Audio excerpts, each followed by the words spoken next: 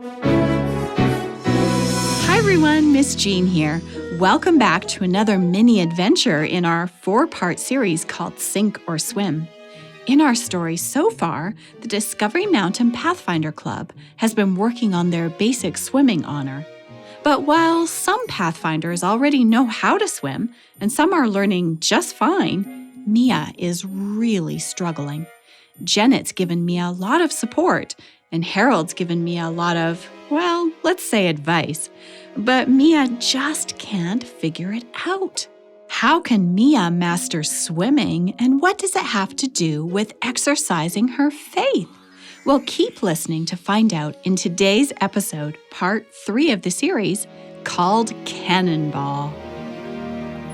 I'm glad that you were finally able to come over to my house, Mia. Thanks for inviting me. I'm sorry if I've been weird lately. I'm just so frustrated about swim class. It's okay. I know you are. I saw Miss Simon talking to you last time. Was she helpful? Yeah, she told me she had trouble learning how to swim when she was my age, too. Wow. She doesn't look like she's ever had any trouble at all. She said something like learning how to swim wasn't easy for her until it was. I don't even know what that means. You're gonna get this, Mia. I know you. Well, I know me too. And I know all the swim teachers who failed to teach me. But, hey, you said something about making your own t-shirts? I almost forgot. I'll go get the craft kit. Hold on. Hanging out with Janet helped Mia get her mind off her worries, but she knew that she'd have to face them eventually. A few days passed, and it was time for the next Pathfinder Club meeting. Like before, Mia and Janet stepped into the shallow end of the pool. Hey, that's a new swimsuit. Yeah, you like the yellow color? I love it. My mom got it for me. I think she wants to encourage me not to quit this honor. So, you have a new suit. What about a new attitude?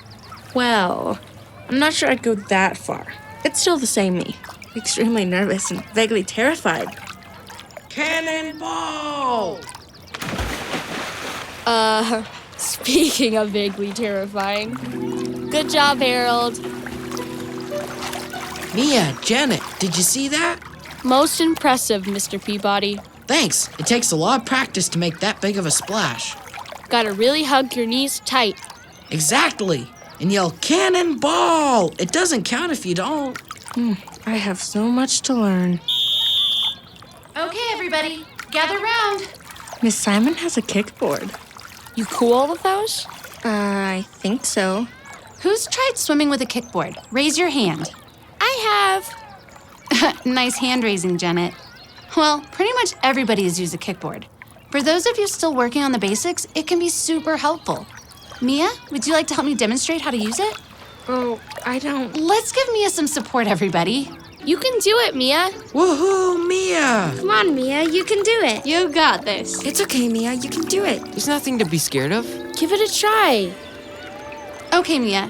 I'm just gonna go over the basics here for everybody. So apologies if some of this is old news for you. It's okay, you got this. I do? Class, look. You can hold onto the kickboard either at the top, like this, or in the holes, like this, or on the sides. I'll hold it by the holes. Good, they're easy to grip. Okay. Now, you want to keep your arms straight. Good job, Mia. Now see if you can use it to float your entire body. That's it. You're floating on your stomach with the aid of the board. Are you ready to try moving? I think so. Okay, kick your legs and see if you can propel yourself forward. You can do it, Mia. You got this. Go ahead. Woohoo, Mia! All right, Mia, keep going. You're All doing right, great. Mia, you're doing it. Go, Come on, Mia. you're doing Good job, great. Mia. Keep going. You can do it. Mia held the kickboard tight, kicking with all her might. She found herself getting closer to the pool's deep end, but kept kicking harder and grabbing the kickboard tighter until suddenly the board slipped sideways and she lost her grip. She felt herself sinking into the water. Ah, help me!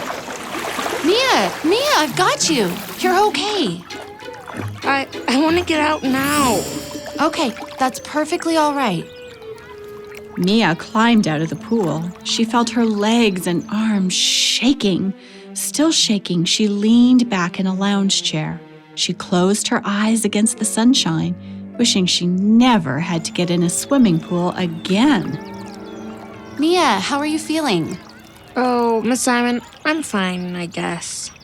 You did great out there. I did awful. You showed great swimming form. You're going to be a great swimmer. You just have to learn to work with the water. You saw what happened. I couldn't even hold onto a kickboard. Do you remember the story of Jesus and Peter? Peter, like how he denied knowing Jesus? Same guy, but this was earlier in his story, after Jesus fed the 5,000. Oh, yeah. I remember that story. I imagine everybody was feeling pretty great after the miracle of feeding the 5,000. But Jesus told the disciples to go ahead and sail across the lake, the Sea of Galilee, while he took some time to himself to pray. That's right. Chaplain Jake told us that story in Bible class. Well, the disciples must have wondered why Jesus wanted them to go on without him. But Jesus did a lot of mysterious things, so they didn't really ask any questions. Yeah, that's true. So the disciples went out sailing at night. They were way out in the middle of the lake when a huge storm blew in. So there they were, far from shore, getting blown this way and that way by the wind. They were afraid that the boat was going to capsize. Yeah, that's right. What happened next? I can't remember. Well, as the waves were crashing all around them and the wind was blowing so crazy, they looked out on the water, and in the middle of the storm, they saw a man walking on top of the water. Can you remember what happened next to Jesus' disciples on the Sea of Galilee? Well, what does it have to do with exercising faith or with Mia's swimming struggles? We'll find out next time in the final episode of this mini adventure series called Sink or Swim. We'll see you here again next time. I'm Miss Jean, and you've been listening to a mini adventure in Discovery Mountain, where the air is clear enough to hear your imagination, and where every day is an exercise in faith. Visit us at discoverymountain.com to send us a message and listen to full episodes on demand. Discovery Mountain is a production of the Voice of Prophecy.